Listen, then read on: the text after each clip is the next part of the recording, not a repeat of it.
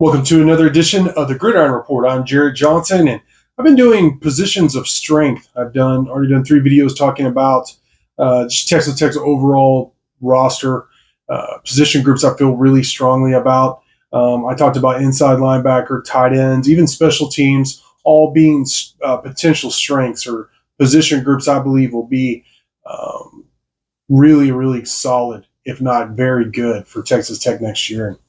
I've been promising to do positions of concern, and I have 3 in mind. And this now I'm coming off of Big 12 Media Days. I've talked with the team, so I've received some of the rhetoric. Let's put it that way. But this isn't my first rodeo. I do feel a little bit better about some of those position groups, but one position group that doesn't get talked about a lot as a potential concern, at least from what I've seen, is the secondary. And I think that's because there is a lot of talent in the secondary.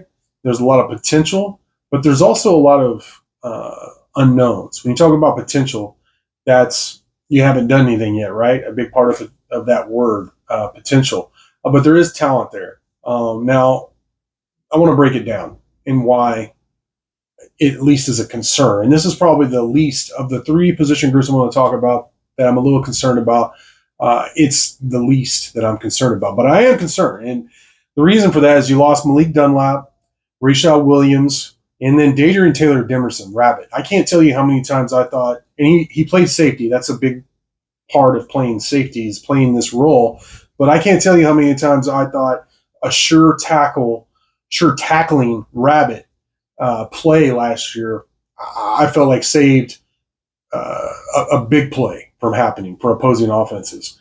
He was a really good player for Texas Tech throughout his career, but especially last year.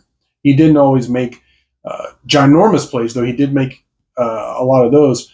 But he made a lot of those sure tackles, those one-on-one open field tackles that if he hadn't, and from what we've seen and witnessed from Texas Tech so many times over the years, it would have been a big, gash play for the opposing offenses. So that's a big hole, losing Dadrian Taylor. So, and then Rashad Williams and Malik Dunlap, multi-year starters at corner who, not necessarily all Big 12 caliber, but especially in Dunlap's case, close to it. They were asked to do a lot. They were put on islands. So Texas Tech could be aggressive with blitzes and do some other things underneath and helping out with the run. And they held up for the most part. They were good players for Texas Tech. So losing 3 starters, 3 multi-year starters like that from your secondary is in itself a reason for concern. Now, again, they have some nice talent who are expected to step in and fill those roles, but until we actually see them do that on a consistent basis, I'm going to be a little concerned. Let's talk about some of those players. Let's get 2 players I feel pretty good about right off the bat. And that's C.J. Baskerville and Braylon Luck. C.J. Baskerville, he played some star last year, but got moved back to safety late, played much better, looked great in the spring. I think C.J. Baskerville is going to be one of your best players on defense, a playmaker. I really like him. Both these guys transferred in last year and played well last year. And Lux, you could argue, was the best corner. I know McGuire said last year, even when Dunlap, going into the season, he said, look out for Braylon Lux, who transferred in last year, because he is really pushing Dunlap and Rashad Williams to start at corner. He started some games, and they moved him around, and he played really well. Braylon Lux is a very good player for Texas Tech. I think he's your best corner going into this upcoming season, and I really like him. So those 2 positions I feel really good about. The other safety spot. Now, when Rabbit got hurt late last year, Chapman Lewis stepped in as a true freshman and played well. Him and Jordan Sanford are 2 talented players who I think are going to have – they have bright futures and will probably have very good careers at Texas Tech, or if not Texas Tech, then somewhere else, but the nature of the game, the transfer portal. I like those 2 players. So we'll have to see if they're ready, if in their second year of college ball, if they're ready to play such a big role. And once opposing teams get tape on them and their tendencies, how good they are, instead of just being thrust out there playing well in spot duty like they did, especially Chapman Lewis. I do feel good. I'm confident, but again, until we see the consistent play We just don't know. There's a reason for concern there. And you got Mo Horn on the other corner spot. And look, former 4-star recruit, Under Armour All-American. I've heard nothing but good things from him. I did see him make some plays in the spring game, but I also see him get beat. Now, that's the thing of the spring games. Like, is it just the receivers are good? Is Mo Horn susceptible to getting beat deep? I tend to like to see plays from both sides in a spring game, right? I do think potential is there for Mo Horn. I think he has a chance to be a good player. So,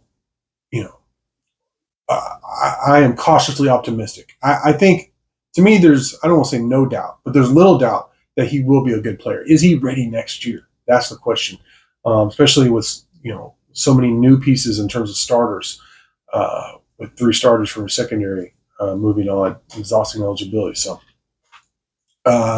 we'll see. And then depth. Jalen Peoples is a guy that's been mentioned so many times by multiple people in terms of he really took a step forward. It's a corner who came from Cedar Hill High School. Obviously, Joe McGuire is very familiar with him, and was a high 3-star guy. He was recruited by a lot of the regional schools, and I like Jalen Peoples. Good size, good high school huddle tape. Again, heard good things about him since he's been here without seeing him play a lot. And then again, he's been the talked about guy. Like I think McGuire said, he's made the biggest leap of anybody on the roster from last season during this off season. So, and I think a lot of it's been his mentality and the way he's prepared and really chosen to spend his time to develop. So if Jalen Peoples comes on and I get nervous about this rhetoric because it sounds good, but it also sounds like off-season hype, right? Sometimes that comes true and bears out during the season. Sometimes it doesn't. I hope it's true. I believe that what like McGuire and some of these people are saying are true. I just hope we see it on the field on Saturday because they need Jalen Peoples to step up. Devin Cromwell's the dude they brought in from Canada. I didn't see anything from the spring that made me say, wow. I think the quote that, he gets to cover guys that are starting to play from a standing still position rather than getting a head start. That sounds good. All his measurables also sound good. Is he ready to play, Baylor and Oklahoma State, those kind of teams, those kind of players, TCU? Is he ready to do that?